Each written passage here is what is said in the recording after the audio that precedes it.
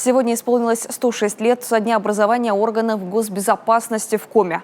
23 июля 1918 года Усть-Цесольский уездный исполком принял постановление об образовании Временной чрезвычайной следственной комиссии по борьбе с контрреволюцией. Ни тогда, ни сейчас служба сотрудников органов безопасности не была спокойной. Всегда на передовой в борьбе с экстремизмом, беззаконием, терроризмом и криминалом. Воспоминания ветерана службы Валерия Евстафьева и напутствие молодым сотрудникам в нашем следующем материале. Здравствуйте, Валерий Александрович. Как вы пришли на службу в органы госбезопасности? 1974-1975 год я был вторым секретарем. Ну, это работа по по идеологическому направлению. Пропаганда, агитация, организация работы в этом направлении. Курировал комсомольскую организацию Комитета госбезопасности. Здесь на учете стояло 7 сотрудников комсомольцев. Ну и как-то ко мне зашел сотрудник Жилин Валерий Васильевич с предложением: Валерий Александрович, как вы смотрите, если мы вам предложим работать в органах госбезопасности?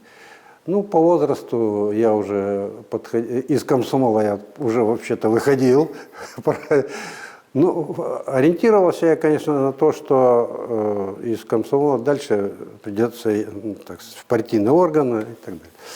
Но предложение меня это заинтересовало больше, ну, поэтому следующая встреча была уже с сотрудником кадрового аппарата комитета. Через год меня уже приняли в органы.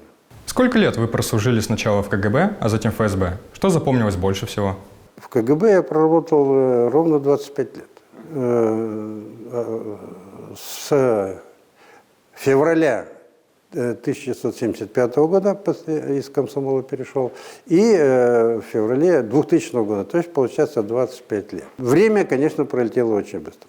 Когда работы выше крыши, и когда нет времени на вообще не только на отдых, но на обдумывание каких-то там важных решений там и прочее, все быстро, все экспромтом, и все в пределах того, что нужно соблюдать и законодательство, и требования, которые предъявляются к работе, к оперативно-розыскной работе органов. Конечно, вот эти трудные годы надо было сохранить и кадровый потенциал. Тяжело было и с финансами. Мы действовали совместно со Сногорским отделением, которым руководил Алексеев Александрович, герой России, погиб в Чечне.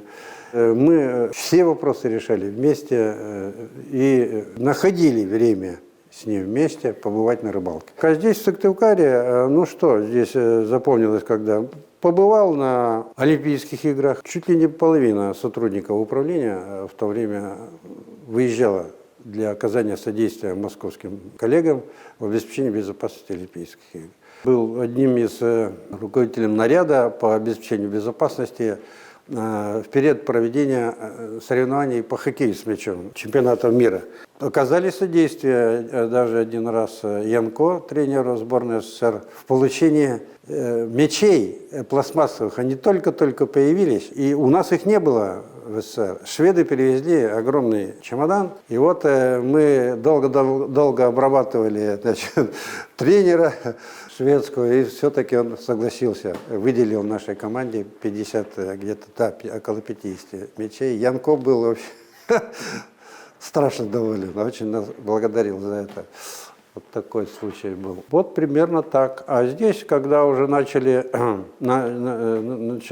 работать здесь, в отделе, одном из ведущих направлений, ко мне прибегает сотрудник из другого отдела. Валерий Александрович, возьмите меня в свое отдел. Я говорю, в чем мотив-то? Ну, я, говорит, хочу за период службы набраться знаний и опыта работы по разным направлениям, ну, чтобы больше был и шире кругозор, ну, и готовлюсь так немножечко, конечно, так, не сидеть на месте, а двигаться так амбициозно по лестнице вверх. Вот. Ну, естественно, мне такой сотрудник понравился амбициозно, я его к себе взял, им оказался Наговицын Александр Анатольевич, к сожалению, тоже погиб в Ингушетии при проведении контртеррористической операции. Ну, что поделаешь, вот такая участь. То есть вот примерно такие воспоминания и о службе в органах госбезопасности. Что бы вы хотели пожелать коллегам и молодым сотрудникам? Хочу поздравить Управление Федеральной службы безопасности по Республике Коми, моему родному управлению. Да, воспоминания самые хорошие. Поздравить и пожелать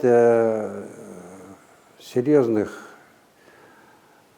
результатов в работе по противодействию всем нынешним угрозам, исходящим от Европы, Америки, Украины.